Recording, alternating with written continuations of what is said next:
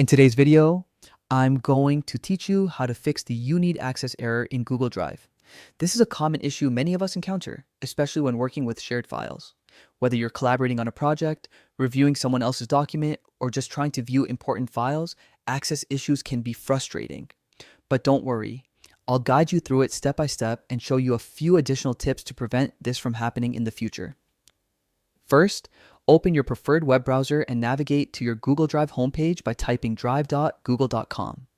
Make sure you're signed into the correct Google account. If not, log in using your credentials to proceed.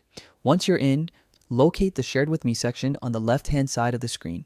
This section displays all files and folders that have been shared with you, making it much easier to find the file you need. Scroll through the list to locate the file causing the access issue and click on it to open a preview.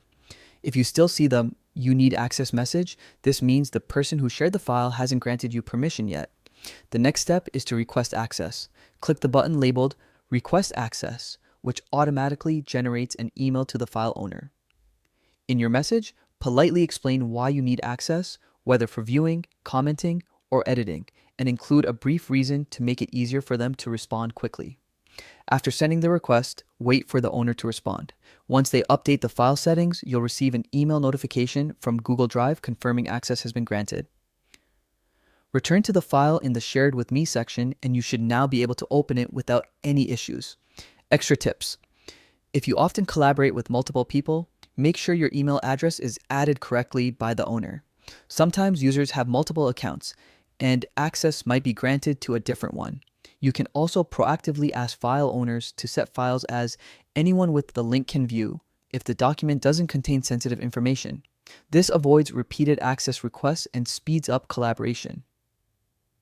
And that's it. By following these steps, you can resolve the "You need access" problem in Google Drive efficiently, maintain smooth collaboration, and ensure your workflow isn't interrupted.